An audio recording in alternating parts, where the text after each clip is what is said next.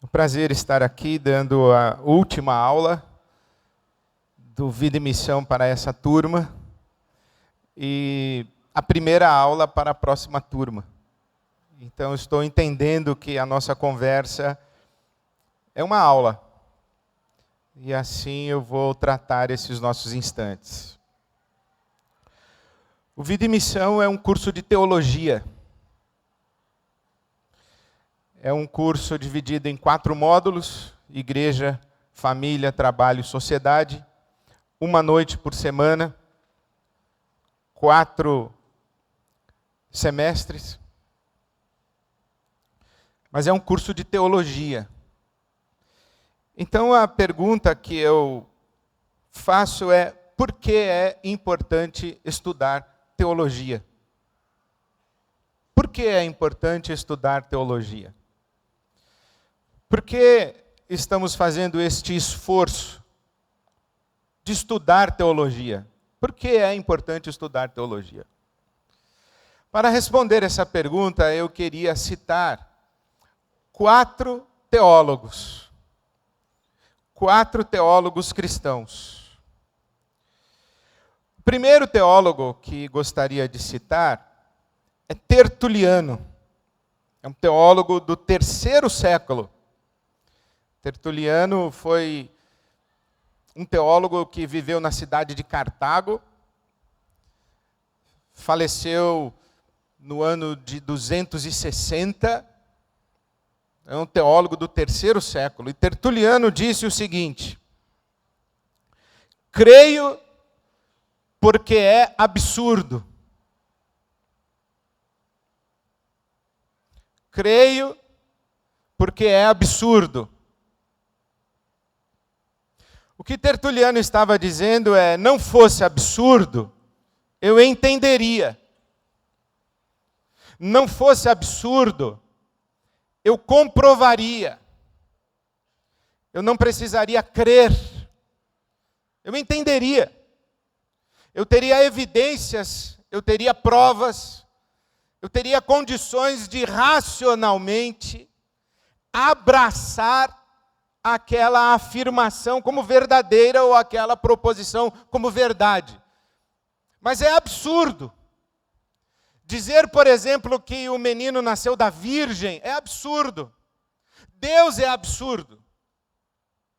Dizer que um homem da Palestina, crescido na cidade longínqua de Nazaré, uma pequenina cidade com no máximo 50 famílias, era Deus feito carne. E que Deus visitou o mundo na figura ou na pessoa de uma criança, é absurdo. Que Deus morreu crucificado, é absurdo. Que Deus ressuscitou, é absurdo. E ressuscitou na carne, ressuscitou no corpo. E que subiu aos céus. E para onde foi esse corpo que subiu aos céus? Onde está esse corpo que subiu aos céus? Então Tertuliano diz: isso é absurdo. Não cabe na minha cabeça, não cabe na minha lógica. Não é possível que seja comprovado racionalmente que tudo isso seja verdadeiro. Então eu creio.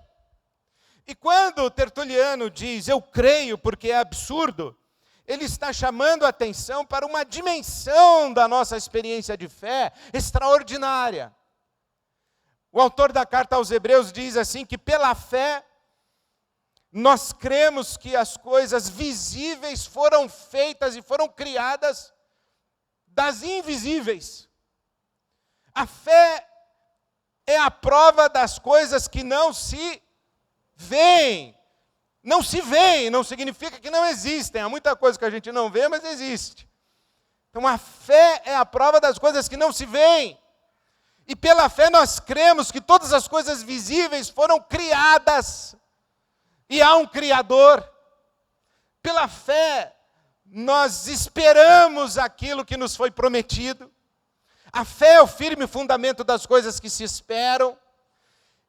E sabemos, inclusive, que nem mesmo temos discernimento adequado das coisas que esperamos. Não sabemos como será o céu. Por exemplo, eu tenho dito que Se João estivesse na ilha de Patmos, talvez hoje, tendo uma visão do céu, ele não descreveria o céu com ouro, diamante, pedras preciosas. O céu talvez fosse uma descrição mais ecológica. Nós não sabemos direito como será o céu. Sabemos que teremos um corpo no céu. Ressuscitaremos, não é? Com que idade? Seu corpo ressuscitado terá que idade? Terá que aparência? Não sabemos. Estas coisas estão para além da nossa racionalidade. Mas nós cremos. São absurdas, mas nós cremos. Quando Tertuliano diz, eu creio porque é absurdo, ele está nos chamando a atenção para o fato de que muito da nossa experiência de fé no Cristo se faz acompanhar de uma confiança que está em algo para além da nossa capacidade racional. Paulo, apóstolo, diz que foi arrebatado ao terceiro céu. O primeiro céu é o dos passarinhos e dos aviões. O segundo céu é dos foguetes. E o terceiro? É onde o Paulo foi. E ele diz, não sei se eu fui no corpo ou fora do corpo. E eu vi coisas que são indizíveis. Indizíveis. Indizível significa, ou eu estou proibido de dizer, ou significa, não há como dizer. Eu não tenho palavras para descrever o que vi. Eu só sei que vi. E aquilo que vi não se compara a nada do que existe aqui, porque se comparasse, eu diria, é semelhante a. Mas não tem, eu não consigo nem dizer. O que o apóstolo Paulo está dizendo é que ele teve uma experiência, que ele não sabe se foi no corpo ou fora do corpo, não sabe descrever onde foi, e não sabe descrever o que viu. Eu perguntaria, Paulo, Saulo de Tarso, estava louco? Ou creu no absurdo? Ele disse que recebeu revelações de Deus. Ele disse que foram revelações extraordinárias. E sacrificou e dedicou a sua vida a isso. E eu moro numa cidade que atende pelo nome de São Paulo. Passados 2000 anos, nós não celebramos Saulo de Tarso como um louco. Louco é Nero. Tanto que nós colocamos Nero como nome dos nossos cães e Paulo como nome dos nossos filhos. Saulo não era louco, mas creu no absurdo. Nós somos pessoas que vivemos de uma paz que excede todo o entendimento. Está para além da nossa racionalidade. A Bíblia Sagrada nos convida pela poesia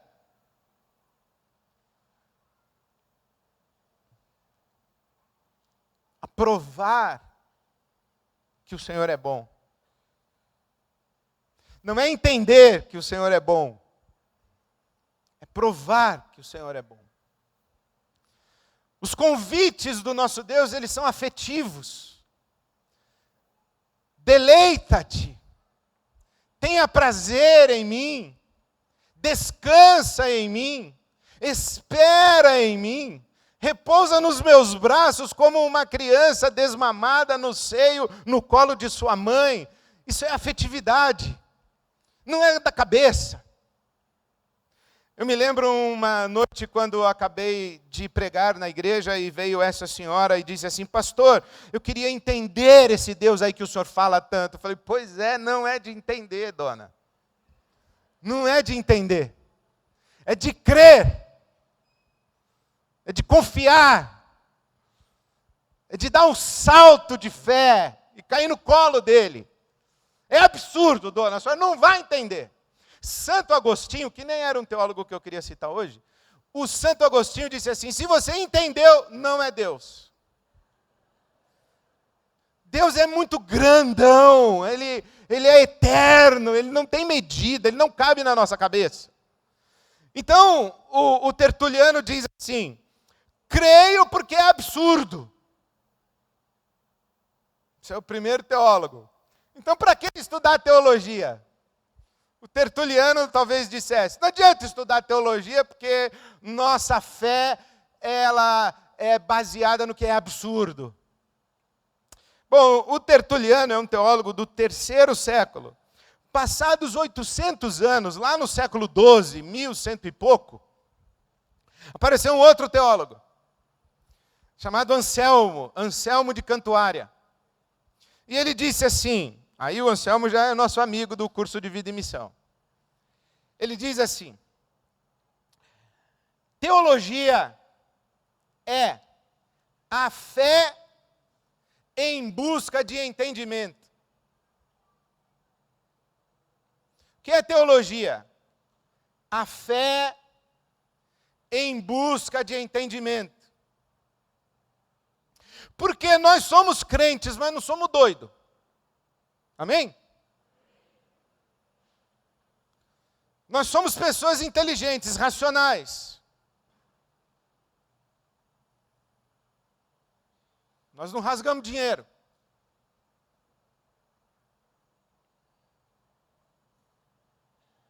Nós nos cobrimos da chuva.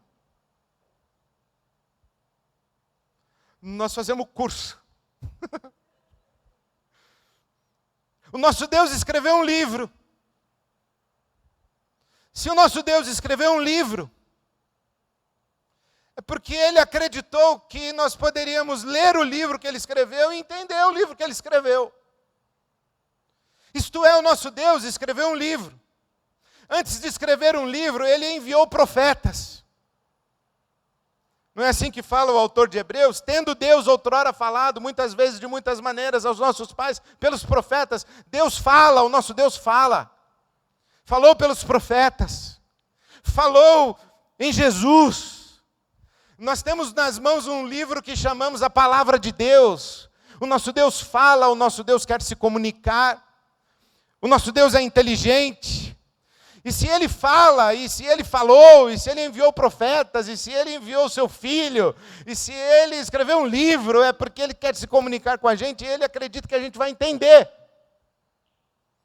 Então a teologia, disse Anselmo de Cantuária, é a fé em busca de entendimento. Porque a gente precisa entender o absurdo em que a gente crê.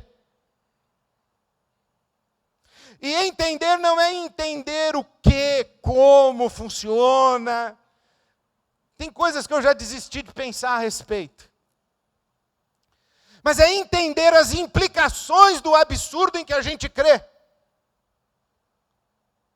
Eu creio sim, e daí? Eu creio sim, mas qual a consequência do que creio para a minha vida? Qual é a implicação de crer na minha existência? Como é que eu organizo a minha segunda-feira, a minha terça-feira? Como eu organizo o meu tempo? Como eu organizo as minhas relações? O que eu faço ou deixo de fazer? O que é que o meu Deus, que é um absurdo, o que é que o meu Deus gosta e o que Ele não gosta? Como é que eu o procuro? Como é que eu me aproximo dEle? O que eu posso esperar dEle e o que é que Ele espera de mim? Estas perguntas todas, Anselmo de Cantuária diria, isto é fazer teologia, é a fé em busca de entendimento. Quando olhei a terra ardendo,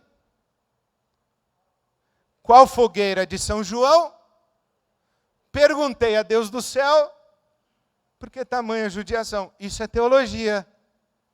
É um homem fazendo teologia. Ele falou assim, por quê?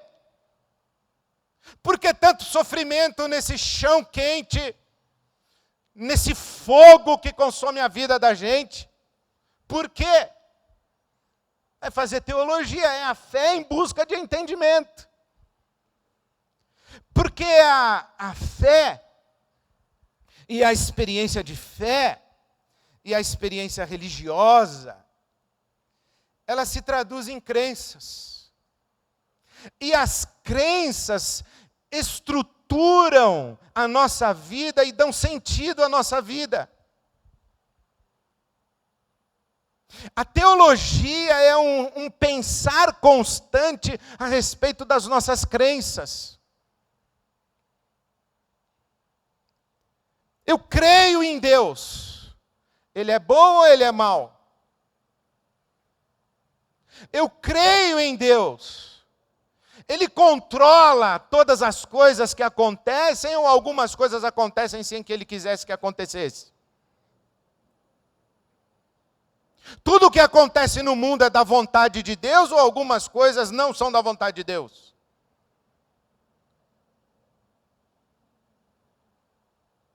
Deus pode fazer tudo o que Ele quer, não pode? Mas significa que Ele faz tudo o que Ele quer? Não. Jesus, por exemplo, disse assim que não curou pessoas em Nazaré porque não encontrou fé. E o profeta não teve honra na sua própria terra. Lucas capítulo 7 diz que os fariseus recusaram o propósito de Deus para as suas vidas e não aceitaram o batismo de João. Lucas capítulo 7, os fariseus recusaram o propósito de Deus para as suas vidas. É uma forma de dizer assim, olha, Deus queria que eles fizessem, se submetessem ao batismo, mas eles não quiseram. Então Deus queria, mas os fariseus não quiseram, e ficou valendo a vontade de quem? De Deus ou dos fariseus? Dos fariseus. Então não é tudo que acontece que Deus quer, ou nem tudo que Deus quer acontece. Nós temos que pensar essas coisas. Porque você vai ficar desempregado, não, você não, outra pessoa. Você vai ficar desempregado, e alguém vai dizer assim, foi da vontade de Deus. Você fala, foi mesmo.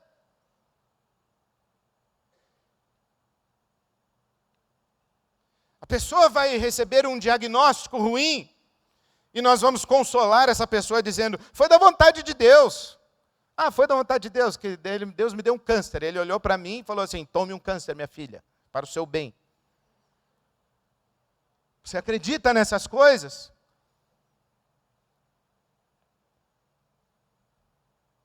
A fé em busca de entendimento é um pensar a respeito das nossas crenças. Da razoabilidade das nossas crenças e das implicações das nossas crenças. Por exemplo, eu li um teólogo, eu não ia citar esse teólogo, mas já citei. Eu li um teólogo norte-americano que ele disse o seguinte, que Deus escolheu o lugar, o dia, a hora que você ia nascer.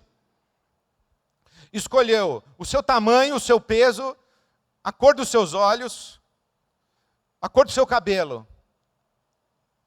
E se Deus, esse eu estou citando, hein? Não sou eu que estou falando isso, pelo amor de Deus. Não sou eu.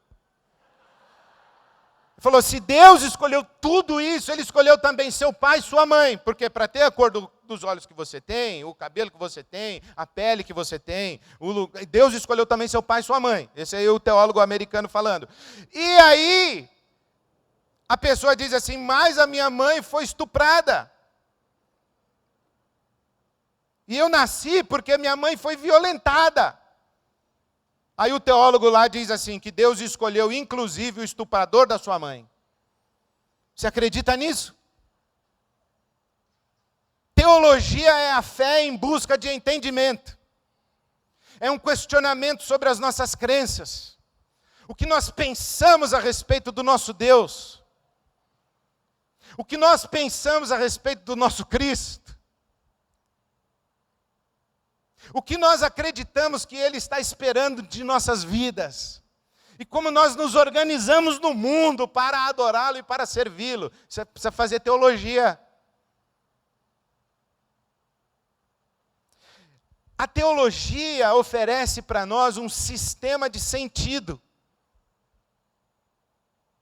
Quando a gente pensa nas nossas crenças, nas implicações da nossa fé, quando a gente pensa nas implicações da nossa fé, quando a gente pensa nisso, a gente constrói um sistema de sentido. E o que aconteceu comigo foi que eu fui criado dentro de uma igreja batista. Praticamente nasci lá. Minha avó tocava piano e órgão para o coral da igreja, então eu ia ao ensaio pequenininho, ficava sentado de joelhos assim, fazendo rabiscos num papel que ela levava para eu escrever, enquanto o coral da igreja ensaiava e minha avó tocava piano. Eu, pequenininho. Cresci dentro da igreja, dentro da escola bíblica dominical. Fui aprendendo. Aprendendo o quê? Teologia. Mas depois, quando eu fiquei gente grande, que eu fui para o seminário, comecei a ler uns livros de teologia, de filosofia, de psicologia, de sociologia, de história. Aí eu comecei a ver que algumas coisas que me ensinaram não estavam fazendo sentido. E o meu sistema de sentido começou a desmoronar. E eu comecei a dizer, eu não acredito nisso aí não. E eu conversava com um crente, e o pior, sabe o que era, irmãos? Eu já era pastor da igreja. E aí vinha um crente falar comigo, ele falava umas coisas que eu dizia assim, eu não acredito nisso aí não. Ou a pessoa falava de Deus para mim de um jeito que eu falava, engraçado, esse Deus aí dessa mulher mais parece o meu diabo.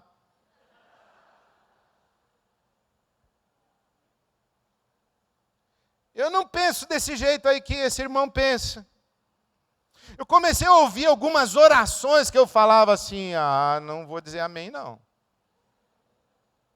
Isso aí não vou dizer amém não. Não concordo com essa oração. E aí eu comecei a verificar a vida de igreja. Eu falei, não está fazendo sentido isso para mim. Mas que bom que tinha Anselmo, né?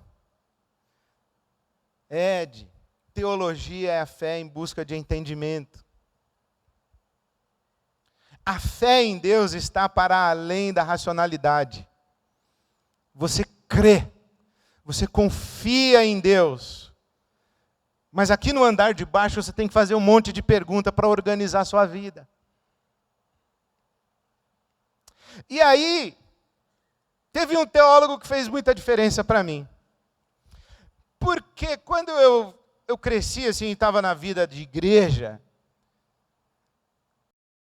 ir na igreja domingo, ter o culto, eu era o pastor, o anjo, imagina, o pessoal não sabe de nada.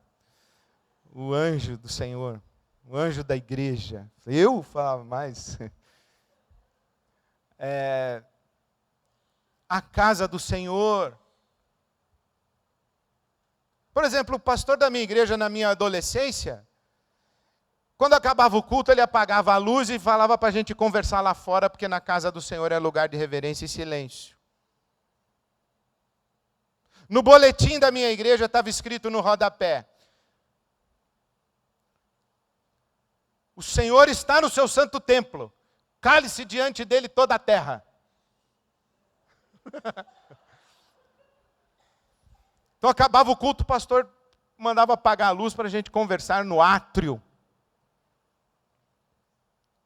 Aí eu li Atos, que Deus não habita em templos feitos por mãos humanas.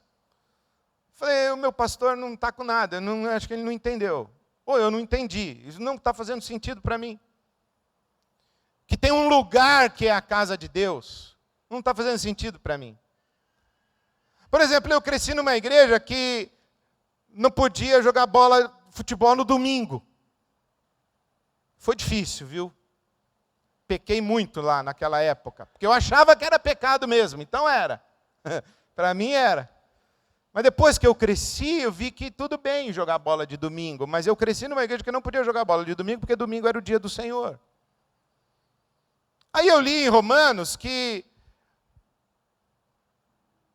tem algumas pessoas que acham que um dia é diferente do outro, mas que, na verdade, todos os dias são iguais. A gente deve respeitar quem acha que um dia é diferente do outro, mas todos os dias são iguais. Aí eu falei, não está fazendo sentido para mim esse negócio de domingo é o dia do Senhor.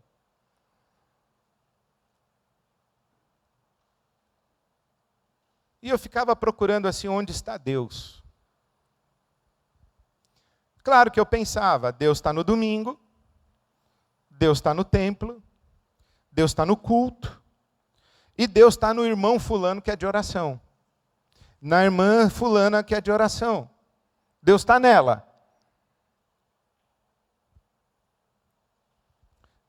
Deus está naquela igreja mais avivada.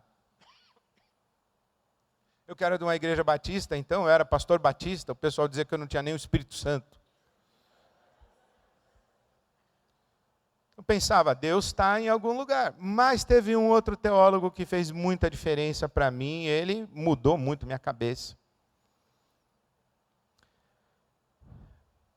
Saulo de Tarso. Paulo. Quando Paulo pregou em Atenas, discutindo com os filósofos gregos e os poetas, ele citou um poeta grego. E ele disse o seguinte, que em Deus nós existimos, nós somos, nós vivemos e nos movemos. Atos 17. Em Deus nós existimos, nós somos, nós nos movemos em Deus. E quando eu li isso e eu comecei a pensar sobre isso, eu entendi que Deus era para mim mais ou menos o que o mar é para o peixe.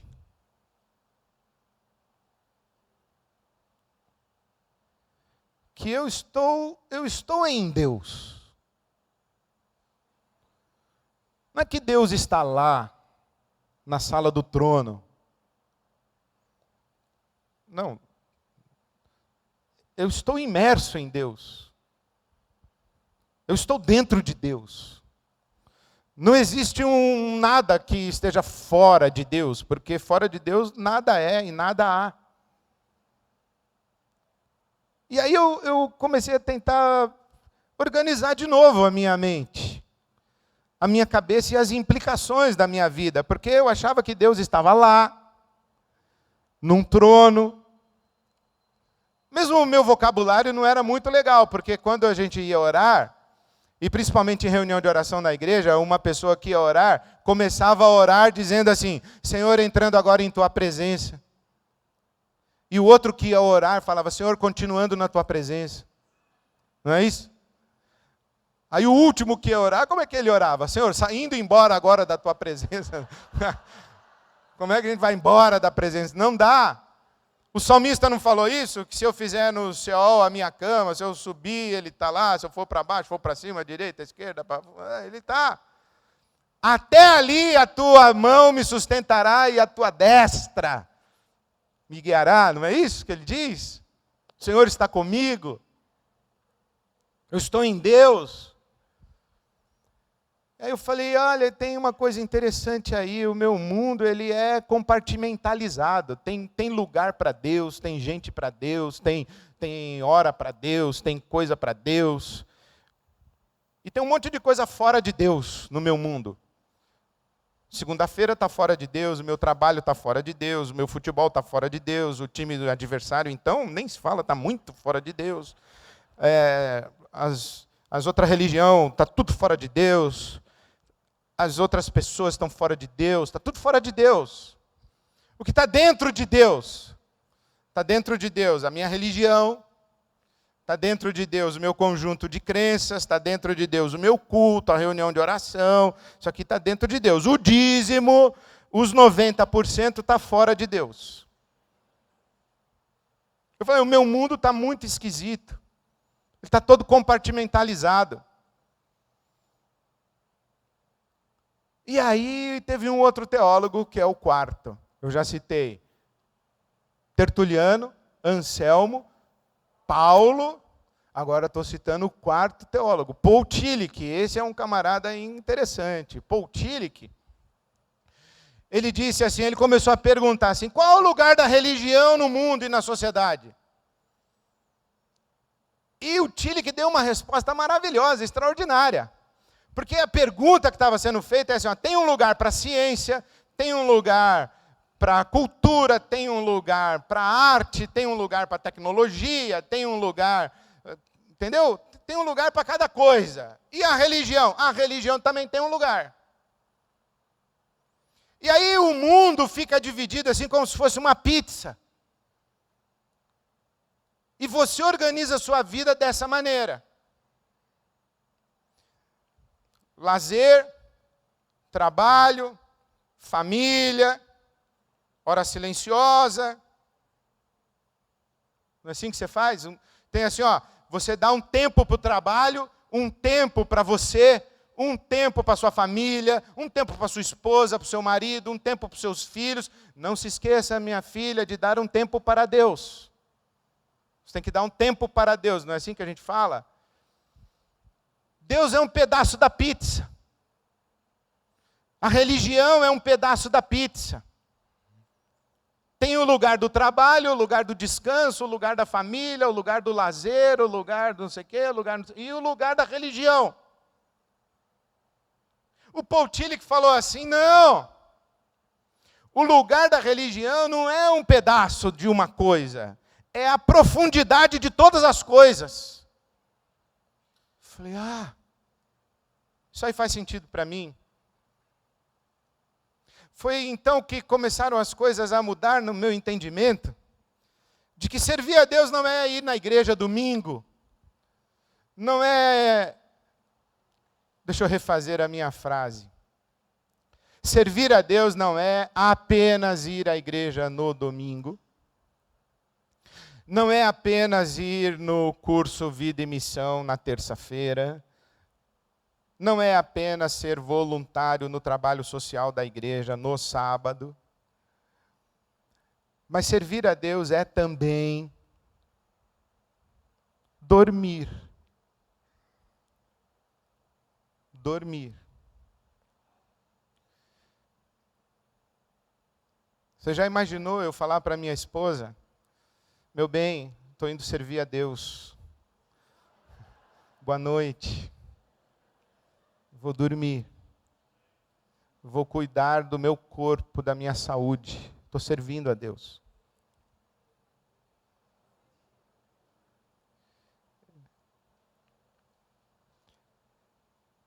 Porque a maneira como eu cuido do meu corpo, eu posso cuidar do meu corpo ficando na superfície, mas eu posso cuidar do meu corpo indo lá na profundidade, onde eu encontro Deus, que está na profundidade de todas as coisas. Deus está na profundidade do meu casamento, Deus está na profundidade dos meus negócios, do meu dinheiro, da minha conta bancária, Deus está na profundidade do uso do meu tempo, Deus está na profundidade das minhas amizades.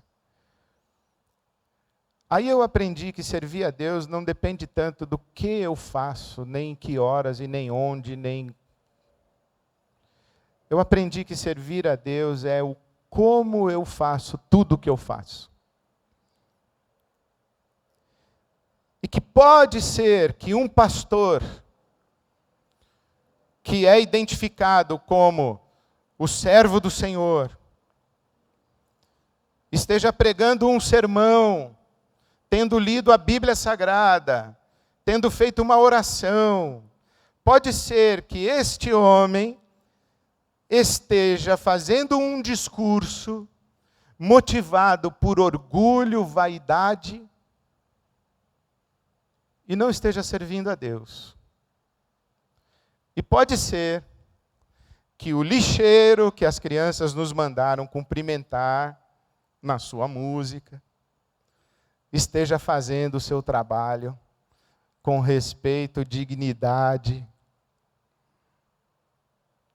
honestidade e excelência, e ele esteja servindo a Deus.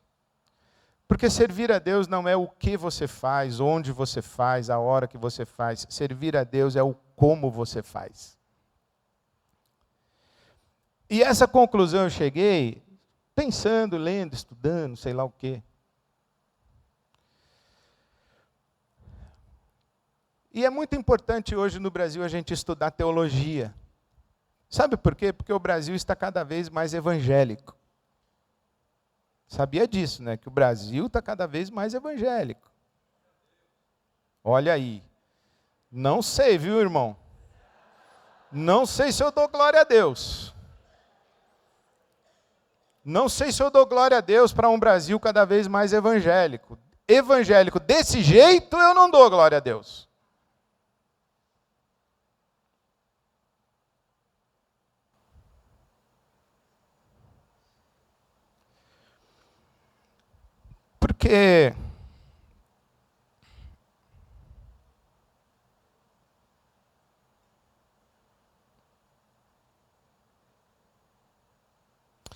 Porque o reino de Deus não é um projeto religioso.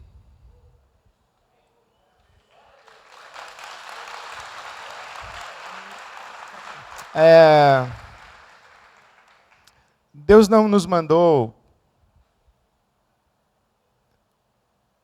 construir templos pelo Brasil afora.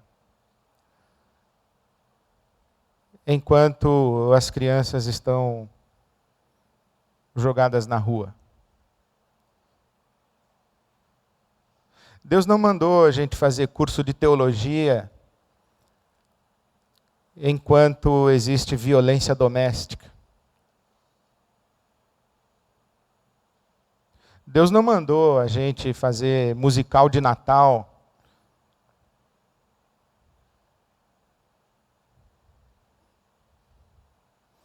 enquanto temos um país racista, machista,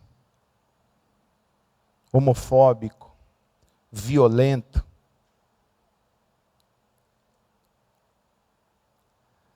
Um país onde se multiplicam chacinas.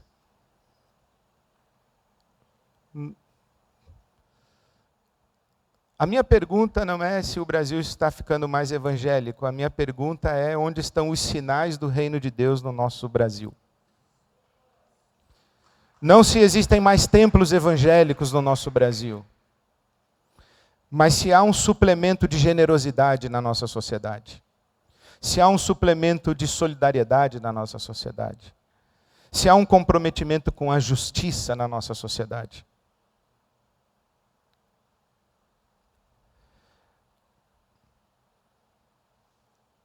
Essas são as perguntas que nós precisamos fazer.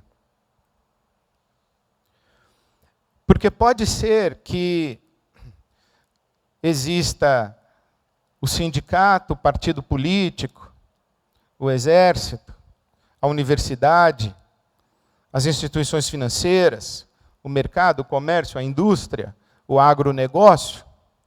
Floresta não vai ter, daqui a pouco nem adianta a gente pensar, porque floresta não vai ter, não vai sobrar. Mas vai ter todas essas coisas, aí vai ter um monte de igreja evangélica aqui também.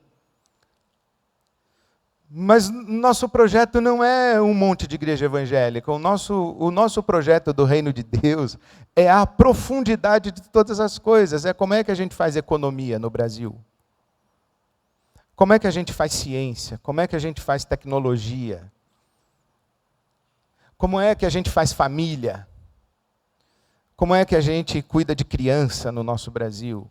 Como é que a gente cuida da floresta no nosso Brasil? Como é que a gente cuida do alimento que é posto na nossa mesa? Como é que a gente cuida de legislação sobre agrotóxico no nosso Brasil? Como é que a gente cuida do sistema judiciário do nosso Brasil? Como é que a gente cuida do sistema carcerário prisional do nosso Brasil? Esse é o nosso projeto. É a profundidade de todas as coisas, não é um pedaço da pizza. Porque tudo está em Deus. Deus tem a ver com tudo. Com a vida. Em todas as suas dimensões. E não é impondo a nossa religião que nós vamos fazer um Brasil diferente. É cumprindo o nosso papel como sal da terra e luz do mundo. multiplicando na nossa sociedade os sinais da presença do reino de Deus. Sinais de salvação, libertação, restauração, reconciliação, perdão. Não somente de pessoas, mas de famílias, de comunidades, de bairros, de cidades. Esse é o nosso sonho. O nosso sonho é viver de tal maneira nesse Brasil que as pessoas glorifiquem o nosso Pai que está no céu. Vejam as nossas boas obras e glorifiquem o nosso Pai que está no céu. Por isso a gente precisa estudar teologia. Porque se a gente não estuda teologia, a gente reproduz o modelo religioso que não se mostrou ou não tem se mostrado enquanto modelo religioso algo que faz sentido para nós. A América Latina é o continente mais cristianizado do planeta. Católicos e protestantes. A América Latina, mas é ao mesmo tempo o continente mais injusto, mais violento do planeta. Como é que pode um cristianismo tão presente na cultura e uma sociedade tão injusta e desigual como a nossa? Porque a gente não entendeu que nós não temos que fazer religião. Nós temos que viver o Evangelho na sua plenitude e sinalizar o reino de Deus. Nós temos que viver o reino de Deus na profundidade de todas as coisas. Por isso, eu gosto muito desse nome, vida e missão. Missão na vida. A sua vida é uma missão. Porque mais importante do que aquilo que você faz é a pessoa que você é. Missão não é aquilo que você faz. A missão é aquilo que você é. Porque aquilo que você é vai fazer diferença na sua casa, no seu trabalho, na maneira como você organiza seu lixo. Porque não é? Aliás, vou terminar assim, a gente canta no coral, mas não organiza o lixo. Vou terminar contando a história do pastor meu amigo e do Carlinhos Queiroz, que está ali, meu amigo também, lá de Brasília.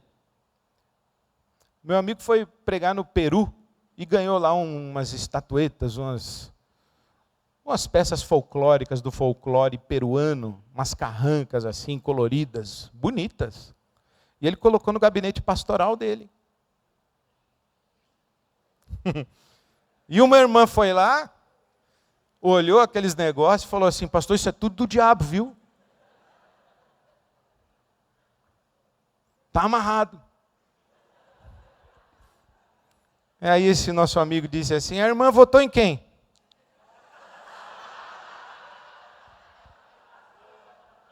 Aí quando ela disse em quem ela tinha votado, meu amigo disse assim: mas irmã, não adianta, a irmã amarra nas regiões celestiais e solta aqui embaixo na urna. Não funciona. O reino de Deus é assim. O reino de Deus está na profundidade de todas as coisas, da maneira como você organiza o seu lixo, da maneira como você vota, da maneira como você faz igreja, faz família, da maneira como você trabalha e como você está presente na sociedade. Que Deus abençoe a vocês, Deus abençoe a sua turma, Deus abençoe essa igreja. Amém, amém. Aleluia, glória a Deus. Amém.